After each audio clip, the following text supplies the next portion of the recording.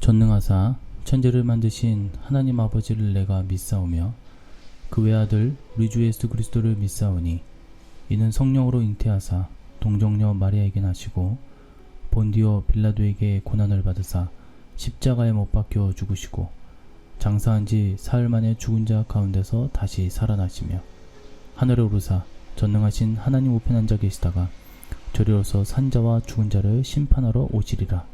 성령을 믿사오며 거룩한 공예와 성도가 서로 교통하는 것과 죄를 사하여 주시는 것과 몸이 다시 사는 것과 영원히 사는 것을 믿사옵나이다.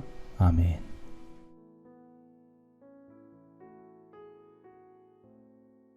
그때 여호와께서 발람의 눈을 밝히심에 여호와의 사자가 손에 칼을 빼들고 길에 선 것을 그가 보고 머리를 숙이고 엎드리니 여호와의 사자가 그에게 이르되 너는 어찌하여 내 나귀를 이같이 3번 때렸느냐.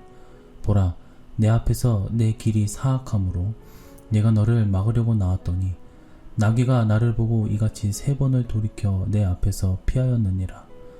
나귀가 만일 돌이켜 나를 피하지 아니하였다면 내가 벌써 너를 죽이고 나귀는 살렸으리라. 발람이 여호와의 사자에게 말하되 내가 범죄하였나이다. 당신이 나를 막으려고 길에 서신 줄을 내가 알지 못하였나이다. 당신이 이를 기뻐하지 아니하시면 나는 돌아가겠나이다.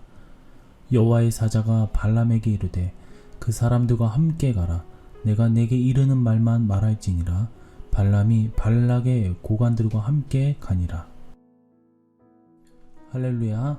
9월 19일 새벽 말씀을 전하도록 하겠습니다. 오늘은 민수기 22장 31절에서 35절 말씀 중심으로 발람과 나귀라는 제목으로 은혜의 말씀을 나누어 보도록 합니다. 재물의 유혹에 넘어가 발람은 모압의 귀족들과 함께 모압왕 발락에게 찾아가게 됩니다. 왜냐하면 이스라엘을 저주하기 위해서죠. 전에 발람은 하나님의 경고를 받아서 가지 않으려고 했지만 결국 재물의 눈이 멀어 넘어가게 되었죠. 그래서 결국 모압왕을 찾아가게 됩니다.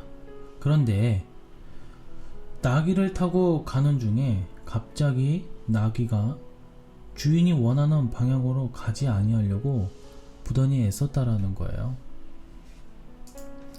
그래서 발람이 채찍으로 나귀를 내리치게 됩니다. 그런데 기이한 일이 발생하게 되죠. 나귀가 발람에게 말을 하기 시작하는 겁니다. 그러니까 초자연적인 사건이 벌어지게 되죠. 여호와의 사자는 발람에게 내 길이 사악함으로 내가 너를 막으려고 나왔다라고 말했습니다. 여기서 사악하다라고 번역된 용어의 원어 의미는 왜곡의 정도가 심하다, 거꾸로 가다 등을 뜻합니다. 그러므로 발람은 여호와의 뜻을 정면으로 거슬러 행동했다라는 말이죠. 반박했다라는 것입니다. 여기서 또 막다의 원어 의미도 원수가 되다라는 뜻이 있습니다. 그래서 여호와께서 발람은 원수처럼 여겨 그 길을 차단하였다라는 거예요. 그러니까 오직 자기의 욕심을 채우기 위해서 길을 가는 그의 모습은 단지 하나님의 대적자로 비춰졌을 뿐입니다. 그래서 여기서 내가 너를 막으려고 나왔다. 내 길이 사악하였으므로. 우리의 삶이 이래서는 안 된다라는 거예요. 분명히 하나님의 존재를 알았어요. 하나님의 말씀을 들었어요. 우리도 마찬가지예요. 주님을 알아요. 기독교인이에요. 말씀도 알아요. 그런데 우리의 길이 사악할 수 있다라는 거예요. 그럴 때 우리는 빨리 우리의 길을 가는 그 길을 막아야 된다는 거예요. 돌아서야 된다라는 거예요. 왜요? 하나님께서 막으시기 전에, 우리를 치시기 전에. 여기서 또 보면 나귀가 만일 돌이켜 나를 피하지 아니하였다면 내가 너를 벌써 죽이고 나귀는 살렸으리라는 말은 뭐예요? 발람은 한낱 나귀보다도 못했다라는 거예요. 왜냐하면 발람은 나귀를 때렸어요. 왜 안 가냐? 왜 내 말을 안 듣느냐? 이 길을 가자. 그런데 나귀가 길을 피해서 어떻게 해서든 자신을 살리라는 건 알아요. 하나님께서 나를 살린다는 건 알지만 자신의 주인은 죽인다는 것을 인지하고 있었다라는 거예요. 동물이었던 나귀는. 그래서 어떻게 해서든 주인을 살리려고 애썼다라는 거죠. 결국 발람이 살 수 있었던 것은 자신이 잘난 그런 능력이 아니었어요. 바로 자기가 하대하였던 나귀 때문에 그랬다라는 거죠. 나귀보다 못한 자이니 행여나 이스라엘을 저주할 생각은 아예 꿈도 꾸지 말아야 되겠죠. 이에 발람은 범죄했다고 하면서 고백하며 엎드려 절하게 됩니다. 물론 그때 당시는 회개하였을 수도 있어요. 그런데 후에 결국 발람이 하나님 앞에 심판을 받는 모습을 보면 위기를 그 순간 모면하려고 했던 임기응변이 아니었나 생각되어집니다. 사랑하는 성도 여러분, 발람은 자신이 뛰어난 주술사였어요. 무당이었습니다. 오늘날.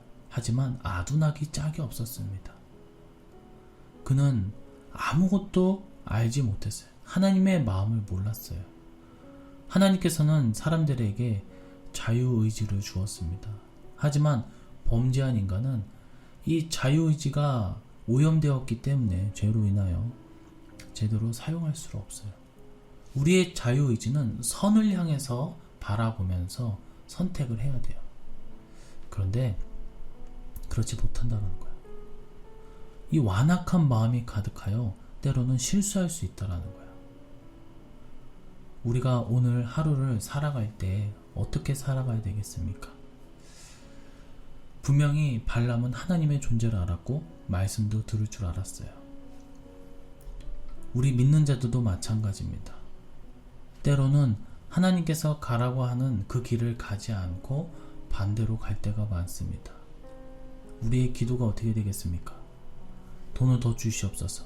부자가 되게 해주시고 뛰어나게 해주시고 더 높은 자리에 앉게 해주시고 더 공부를 잘하게 해주셔서 좋은 대학에 가게. 물론 그런 것도 중요하겠죠. 하지만 더 중요한 것은 우리의 생명을 살리는 기도. 그것은 뭐예요? 선과 악을 분별하고 하나님의 참된 뜻이 있는 그 길만을 갈 수 있게 해달라고 우리가 반드시 그런 기도와 그러한 신앙을 사시는 우리 일산교회 모든 성도님들이 되셔서 하루하루를 살아가실 때 영과 육이 날마다 하나님 아래 보호를 받으며 살아가시는 진정한 신앙인이 되시기를 주님의 이름으로 간절히 축원해 드립니다.